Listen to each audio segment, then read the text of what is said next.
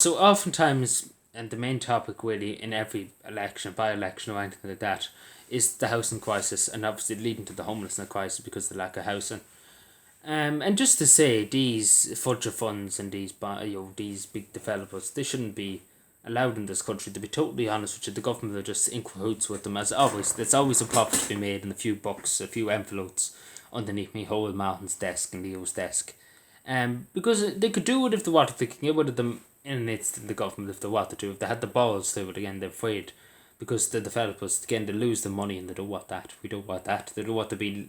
They don't again. They have big mansions and if they don't want to have Swiss bank accounts. That way you'll be fine. But this is the thing, and I often said with the housing crisis, and this is the thing. If I ever got into office or anything like that, it'd be focused on housing estates, council housing, state provided housing, local authority provided houses. We do in houses that are abandoned, we doing them up, but even though it costs a bit extra, it would be worth the money. And we bringing back buildings into use, where necessary, instead of getting big developers to getting building houses and big developers buying them up. I wouldn't. Again, they shouldn't be allowed in this country. The big German developers and things that they should be kicked out of the country. But again, my whole Martin's weak and they won't do anything. And then the fellow in the High Castle and the office is just fucking. I don't know what he's doing. To be totally honest, I don't know what he's doing as a president. He's not doing much anyway. For the country. But again, years ago, even though the houses weren't good, again we have to admit the council housing years ago wasn't good. It's still a miracle. The country had very little money back then. And take for example even in Cavan alone. The Cavan County Council built huge amount of council estates back in the 70s and back in the 60s, back then, and money was very scarce back then. But they built huge estates, they built big housing estates, hundreds of houses in them.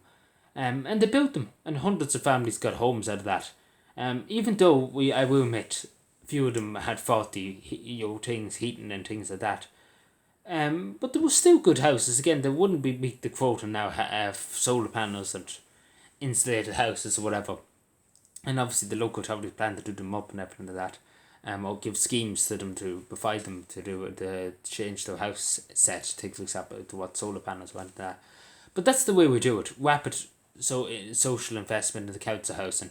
Because years ago they were able to build it, and again it's a miracle how they built them years ago. In this country, like take for example there's two housing estates in the town. Nearly probably 300 houses in the two estates. And they were built in under 5 years. And 300 houses in the town during the 70s. And they were built rapidly. Even though there was bugger all money in the country. And we have to be totally honest, there was nothing in the country. The country's very little money at the time.